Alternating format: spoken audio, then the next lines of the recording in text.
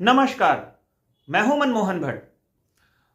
विधानसभा चुनाव के दौरान उत्तराखंड में मुस्लिम यूनिवर्सिटी का मुद्दा बहुत तेजी से जोर पकड़ रहा था। कांग्रेस ने मुस्लिम यूनिवर्सिटी बनाने का वादा किया था या नहीं किया था, यह महत्वपूर्ण नहीं है, लेकिन बीजेपी ने इस मुद्दे को बहुत जोरदार तरीके से भुनाया।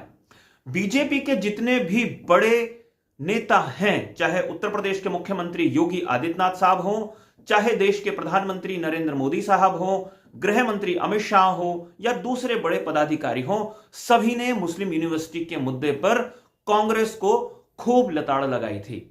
कांग्रेस के सिर के ऊपर से अभी तक मुस्लिम यूनिवर्सिटी का भूत नहीं उतरा है और यदा कदा उत्तराखंड कांग्रेस के वरिष्ठ नेता मुस्लिम यूनिवर्सिटी पर अभी तक बयान देते हैं और वो कहते हैं कि उत्तराखंड सरकार या बीजेपी की सरकार मुस्लिम यूनिवर्सिटी के झूठ से पैदा हुई है। लेकिन अब मुस्लिम यूनिवर्सिटी का मुद्दा पीछे छूट गया है और वर्तमान में मुद्दा चल रहा है अवैध मजारों का। जगह जगह आपने भी देखा होगा, मजारें बनी हुई नजर आती हैं, अचानक से मजारें दिखाई देने लगती हैं। कई जगह मजारों को लेकर हंगामा भी हुआ है, कई स्थानीय लोगों ने इसका जोरदार तरीके से विरोध भी किया है। कई लोगों ने आरोप लगाया कि उनकी निजी भूमि पर अचानक से मजारें बना दी गई और उसके बाद मामला कई बार पुलिस तक भी पहुंचा। अब एक बार फिर से यह मजारों का मुद्दा जिंदा हुआ है। जो उत्तराखंड का देहरादून क्षेत्र है, खासतौर से मसूरी डिवीजन जिसे कहा जाता है वन विभाग का, वहां पर 17 मजारें चिन्हित हुई जो अवैध रूप से बनी हुई थी। उत्तराखंड सरकार के वरिष्ठ अधिकारियों के निर्देश के बाद वन विभाग ने 15 मजारों को ध्वस्त किया है। एक महत्वपूर्ण बात यहां पर यह है कि बीजेपी मुस्लिम यूनिवर्सिटी और मजारों के मुद्दे पर लगातार आक्रामक होती है और उत्तराखंड या देश की संस्कृति और सभ्यता को छिन्न भिन्न करने का आरोप दूसरे समुदाय पर लगाती है।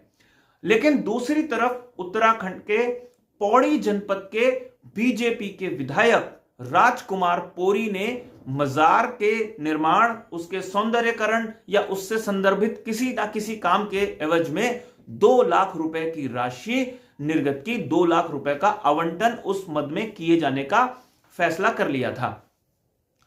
विधायक निधि एक बड़ा महत्वपूर्ण अमाउंट होता है किसी भी विधायक के पास और वो अपने चहेते को खास तौर पर उस विधायक निधि के इस्तेमाल करने की इजाजत देता है उसके किसी न किसी काम के लिए। और विधायक राजकुमार पोरी ने पौड़ी में मजार के निर्माण या उसके सौंदर्यकरण के लिए 2 लाख रुपए सैंक्शन कर दिए थे। लेकिन इस बीच देहरादून से लेकर पौड़ी गढ़वाल तक हंगामा मचना शुरू हो गया। देहरादून में वन विभाग की कार्रवाई में 15 मजारें ध्वस्त कर दी गई। उधर पौड़ी में जब हंगामा हुआ तो बताया जाता है कि विधायक ने भी अब जो सैंक्शन अमाउंट था 2 लाख रुपए मजार या उसके सौंदर्यकरण के लिए, उसे वापस ले लिया है। वैसे हम जगह जगह ये देख सकते हैं कि मजारें लगातार खुल रही हैं। इसके पीछे की सच्चाई जानने की कोशिश हो सकता है पुलिस विभाग अब करने जा रहा हो कि इन मजारों के अचानक से दिखने की क्या वजह है और कौन लोग इनके पीछे हैं, किन की जमीनों पर ये मजारें बन रही हैं और कौन इन पर पैसा लगा रहा है और कौन से वो लोग हैं जो इन मजारों में जा रहे हैं।